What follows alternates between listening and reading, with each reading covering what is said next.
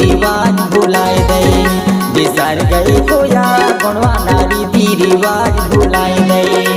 गोंडी धर्म या जपुर खंड के बाद, गोंडी धर्म या जपुर खंड के बाद सगा समाज गढ़ी किला के बाद बिसर गए।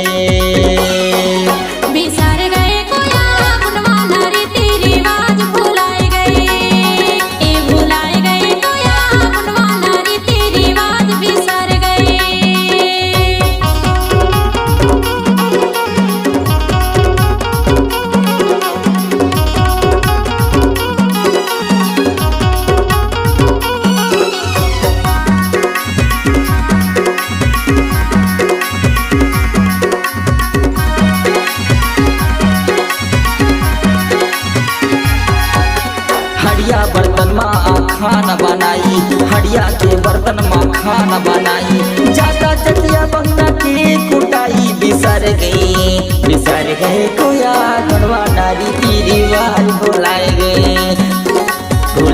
रे कोया गुणवाना रीति रिवाज बिसर गए ना।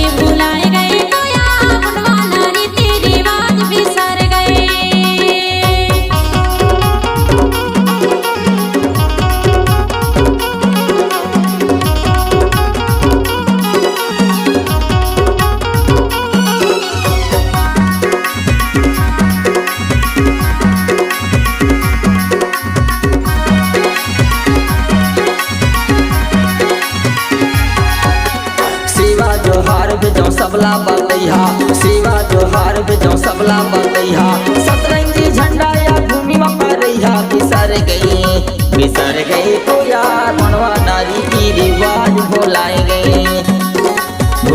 रे कोया गुणवाना रीति रिवाज भुलाए देना। गोंडी धर्म या जपुर खंड के बाद, गोंडी धर्म या जपुर खंड के बाद सगा समाज गढ़ी किला के बाद बिसर गए कोया गुणवाना रीति रिवाज भुलाए गए, भुलाए गए कोया गुणवाना रीति रिवाज बिसर गए। गुणवाना रीति रिवाज भुलाए देना, गुणवाना रीति रिवाज बिसर गए। गुणवाना